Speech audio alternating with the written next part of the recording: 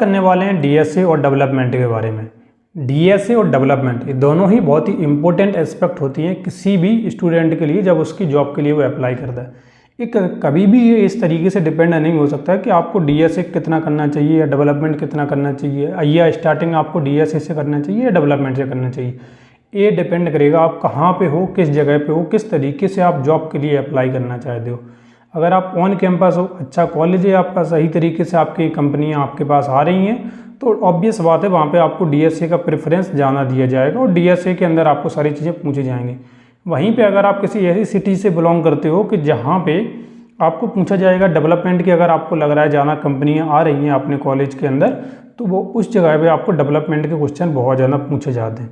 अब क्योंकि कंपनी की बात कर रहे हैं तो यहाँ पे 5 प्रकार की कंपनी होती है। इसी 5 प्रकार की कंपनी के अंदर आप क्या डिसाइड होता है कि कौन सी कंपनी आपसे डीएसए पूछेगी, कौन सी कंपनी आपसे डेवलपमेंट पूछेगी।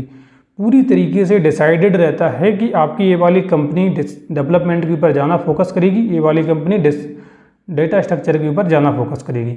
अगर मैं बात करूँ 5 कंपनियों के सिनेरियो के बारे में तो इसको आप बांट सकते हो किस तरीके से। एक कंपनी ऐसी है कि जो 1 साल से 3 साल के बीच में इस्टेब्लिश हुई है, यानी कि जिनको इतना समय हुआ है मार्केट के अंदर 3 साल के अंदर।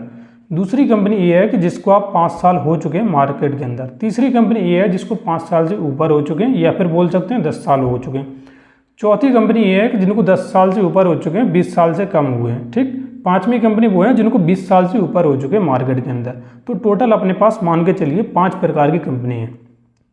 जो आपकी ए वाली कंपनी है जिसके अंदर आपका 1 साल से 3 साल हुए हैं, इनको इस्टेब्लिश हुए, तो ए वाली कंपनी 99% चांस है आपसे डीएसए नहीं पूछेंगी। उसका सबसे बड़ा रीज़न होता है ए वाली कंपनी फिर चाहे प्रोडक्ट बेस्ड कंपनी हो या फिर वो सर्विस बेस्ड कंपनी हो, अगर कंपनी को 1 से 3 साल का समय हुआ है मार्केट के अंदर, मोस्टली चांस है वो आपसे किसी भी तरीके से डीएसए के बारे में नहीं पूछने वाले हैं। सबसे बड़ा इसका रीज़न होता है कि सर्विस बेस्ड कंपनी के अंदर या डेवलपमेंट या प्रोडक्ट बेस्ड कंपनी के अंदर अगर केवल इतना पीरियड ऑफ टाइम हुआ है उस कंपनी को, तो उसका मतलब है कि उसको अपना प्रोडक्ट उसे पहले रेडी करना पड़ेगा, मार्केट के अंदर ले जाना पड़ेगा, फिर उसे मार्केट करना पड़ेगा, उसकी वैल्यू बनानी पड़ेगी, लोगों के बीच में ट्रस्ट बनाना पड़ेगा। और जब तक किसी भी वेबसाइट या ऐप के पास यूजर का डेटा होगा नहीं, तो उसके ऊपर डेटा स्ट्रक्चर आप अप्लाई नहीं कर सकते हो। तो डेटा स्ट्रक्चर उसी समय अप्लाई होता है जिस समय आपकी वेबसाइट का स्केल बढ़ता है, यानी कि जब आपके पास डेटा की बहुत ज़्यादा मात्रा में आपके पास डेटा हो तब आपको स्ट्रक्चर करने की ज़रूरत पड़ती है। दूसरी कंपनियां जो मैंने यहाँ पे बताया कि जिसको 5 साल हो चुके हैं या 5 साल कंप्लीट इनको हो चुके हैं, तो ए वाली कंपनी के अंदर यहाँ पे डिपेंड करता है प्रोडक्ट बेस्ड और सर्विस बेस्ड कंपनी। अब अगर यहाँ पे सर्विस बेस्ड कंपनी आपकी होती है तो सर्विस बेस्ड कंपनी के अंदर चांस है कि आपसे डीएसए नहीं पूछा जाएगा अगर कंपनी को 5 साल के अंदर हुए हैं तब। अब ऐसा क्यों है? ऐसा इसलिए है क्योंकि सर्विस बेस्ड कंपनी का जो मेन एम रहता है या फिर जो इनका मेन काम रहता है वो डेवलपमेंट का ही रहता है। या तो एपीआई इंटीग्रेशन का इनका काम होगा, या ये बग टेस्टिंग करके देंगे, या कोई कॉल सपोर्ट देंगे आपको, या L1 सपोर्ट या L2 सपोर्ट, इस प्रकार के आपको सपोर्ट देंगे। या फिर डेवलपमेंट का कोई काम आएगा, जैसे कोई दूसरी अलग अलग लैंग्वेज के अंदर आता है, जैसे एंगुलर हो गया, रिएक्ट हो गया, व्यू है, PHP है, और Node.js है, अपना बैकएंड के अंदर पाइथन, डिजेंगो है। तो ये सारी चीज़ें जो यूज करते हैं, तो सर्विस बेस्ड कंपनी के पास इतना काम होता है कि अगर दूसरे टेक स्टैक का कोई प्रोजेक्ट अगर उनके पास आया है तो उस टेक स्टैक का प्रोजेक्ट भी वो लोग कंप्लीट करके देते हैं। तो यहाँ पे डेवलपमेंट का ज़्यादा प्रायोरिटी मिलता है एज कम्पेयर टू डीएसए। लेकिन अगर आप प्रोडक्ट बेस्ड कंपनी में इस पॉइंट पे आप जाते हो जो कि 5 साल हो चुके हैं उस कंपनी को, तो चांसेस ये हैं कि उसके अंदर बेसिक डीएसए आपसे पूछा जाएगा। उसका बहुत ही सिंपल रीजन होता है कि इस कंपनी को क्योंकि 5 साल हो चुके हैं तो उसके एक प्रोडक्ट की वैल्यू है जो कि मार्केट के अंदर यूजर वहाँ पे लगातार आ रहे हैं, उसको आप यूजर सर्च करके वो प्रोडक्ट खरीद रहे हैं, तो उनके ऊपर एक रिस्पॉन्सिबिलिटी हो जाती है कि मेरी वेबसाइट कभी भी डाउन नहीं जानी चाहिए किसी भी हालत में। सर्वर वो प्रॉपर तरीके से काम करने चाहिए, डेटाबेस की जितनी भी क्वेरी हैं बिल्कुल बराबर तरीके से काम करनी चाहिए। तो इसीलिए इस प्रोडक्ट बेस्ड कंपनी के अंदर बेसिक डीएसए उसके अंदर आपको पूछा जाना स्टार्ट हो जाता है। ठीक है, बेसिक डीएसए के अंदर आप समझ सकते हैं कि क्या क्या पूछा जाता है। लिंक्डइन लिस्ट, लिंक्डइन तक पूछा जा सकता है, बस इसके आगे नहीं पूछा जाएगा। लिंक लिस्ट जो होती है, तो इसके बाद जो 5 से 10 साल के बीच की जो कंपनियां होती हैं, यहाँ पे क्या होता है, यहाँ पे चांसेस ये रहते हैं कि इस प्रकार की कंपनियों के पास यहाँ पे सर्विस बेस के अंदर यहाँ पर भी आपसे मोस्टली आपसे डीएसए बहुत कम पूछा जाएगा, पूछा यहाँ पे जाने लगेगा, क्योंकि सर्विस बेस्ड कंपनी के अंदर क्या हो जाता है कि जब कंपनी 5 से 10 साल हो जाती है तो उसका जो क्लाइंट होते हैं, कुछ क्लाइंट उनके जो होते हैं टेम्परेरी से परमानेंट क्लाइंट बन जाते हैं, और जो क्लाइंट परमानेंट बन जाते हैं तो उनके कुछ ना कुछ प्रोडक्ट होते हैं, तो अब उस प्रोडक्ट की वेबसाइट को मैनेज करने का काम इस प्रकार की कंपनियों को मिलना स्टार्ट हो जाता है। अब क्योंकि उस प्रोडक्ट को ये लोग मैनेज कर रहे हैं तो यहाँ पे उनको डीएसए की भी ज़रूरत पड़ती है, तो इसीलिए जो 5 से 10 साल की कंपनियाँ होती हैं वो आपसे बेसिक लेवल का डीएसए सर्विस बेस्ड कंपनी पूछना स्टार्ट कर देती है,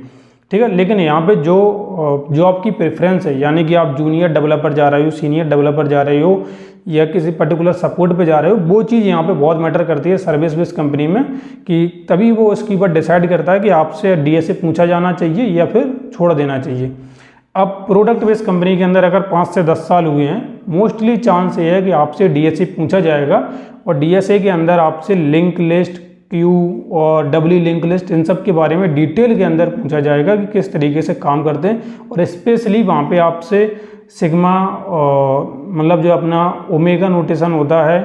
और जो ऑर्डर ऑफ एन नोटेशन होता है, तो इन सब के बारे में थोड़ा सा डिटेलों के अंदर पूछा जाता है कि हाँ ये सारी चीज़ें किस तरीके से अप्लाई होंगी किसी एक पर्टिकुलर प्रोग्राम के अंदर। कुछ क्वेश्चन, सेट ऑफ क्वेश्चन आपको दिए जाते हैं, उस सेट ऑफ क्वेश्चन के ऊपर डिसाइड होता है कि इस बंदे को ये सारी चीज़ें प्रॉपर तरीके से आती हैं या नहीं आती हैं,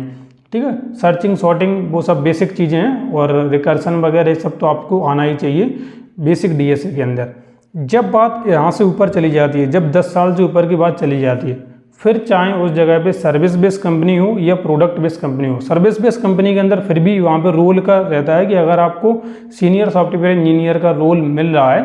तभी आपसे चांस है कि आपसे डीएसए पूछा जाएगा। लेकिन अगर आपसे जूनियर या फिर आपसे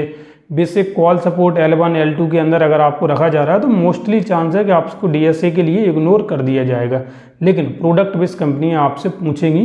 वो यहाँ पे बिल्कुल भी अपने आप को रियायत नहीं देती हैं, क्योंकि इसीलिए प्रोडक्ट बेस्ड कंपनियाँ मोस्टली बड़े कॉलेजेस के अंदर जाती हैं कि वहाँ पे डीएसए का जो रोड मैप है पहले से ही कॉलेज के अंदर सेट है। अब क्योंकि कॉलेज के अंदर पहले से ही डीएसए वाला रोड मैप सेट है, तो वहाँ पे उनको चांसेस होते हैं कि प्रॉपर तरीके से सही बच्चों को वो छांट ले वहाँ से,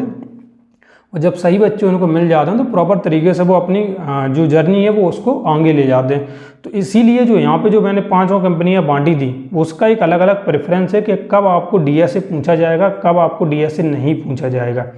तो अगर आप शुरू से लेके 5 साल तक की कंपनी के बारे में आप रिसर्च करेंगे, 5 या 7 साल तक की, और सर्विस बेस्ड कंपनी हुई अगर वो, तो मोस्टली चांस है कि आपसे डीएसए नहीं पूछा जाएगा, डेवलपमेंट के अंदर ही आपका पूरा काम निकल जाएगा। लेकिन अगर इससे आगे हुई तो सर्विस बेस्ड कंपनी के अंदर आपको फिर रोल देखना पड़ेगा, किस प्रकार का आपका रोल है, और डीएसए के अंदर आपको प्रोडक्ट बेस्ड कंपनी के अंदर जा रहे हो फिर तो आपसे डीएसए ऑलमोस्ट मैंडेटरी हो जाता है। अब थोड़ी सी ये बात करते हैं कि डीएसए के ऊपर आज के समय में डेवलपमेंट इतना ज़्यादा भारी क्यों पड़ चुका है, मतलब डेवलपमेंट की इतनी ज़्यादा प्रायोरिटी क्यों हो चुकी है। सबसे बहुत ही बेसिक रीज़न है इसका कि जितने भी टूल आ चुके हैं, जैसे GraphQL आ गया है, Sanity.io आया है, Strapi आया है, ये सारी टूल क्या कर रहे हैं, ये सारे टूल आपके जो डेटा जो यहाँ पे हैंडल किया जाता था डेटा स्ट्रक्चर के द्वारा, उसी डेटा को ये सही तरीके से लोड कर रहे हैं। देखो डेटा स्ट्रक्चर का यूज क्यों किया जाता है, टाइम कॉम्प्लेक्सिटी को रिड्यूस करने के लिए, मेमोरी को रिड्यूस करने के लिए, डेटाबेस की क्वेरी कम देना पड़े उसके लिए, सर्वर मैनेजमेंट के लिए इसका यूज किया जाता है डेटा स्ट्रक्चर के लिए। लेकिन अब जब से GraphQL आया है, GraphQL ने इतना ज़्यादा ईजी कर दिया कि डेटा ऑलरेडी आपको चंक के रूप में मिलता है, यानी कि एपीआई जो कॉल होती हैं वो ऑटोमेटिक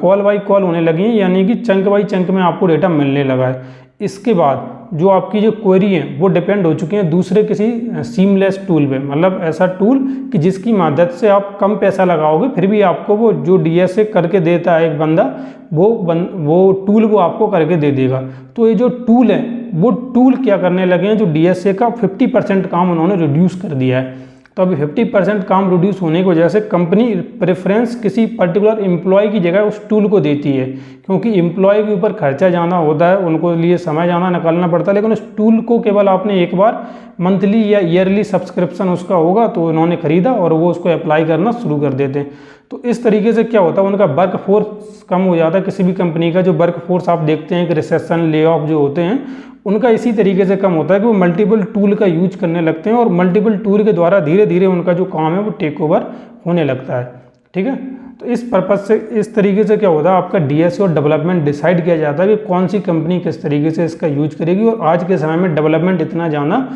हैवी क्यों होता जा रहा है। अगली वीडियो के अंदर मैं बात करूंगा एआई के बारे में कि एआई और डेवलपमेंट आपका किस तरीके से इफेक्ट कर रहा है। ठीक है, और अगर आपको कोई डाउट है अभी तो कमेंट सेक्शन में और इंस्टाग्राम पे आके आप मुझे बोल सकते हो। कोई भी डाउट है, किसी भी प्रकार की आपको वीडियो चाहिए, आप कमेंट सेक्शन के द्वारा बोल देना। बिलीव मी, सबके कमेंट पढ़े जाते हैं, सभी के कमेंट पढ़े जाते हैं और मैं कोशिश ये कर रहा हूँ कि जितना हो सकता है सभी के कोर्सेज, प्रोजेक्ट, हर एक चीज़ अपने इस चैनल पे प्रोवाइड की जाए और जल्दी से जल्दी प्रोवाइड की जाए।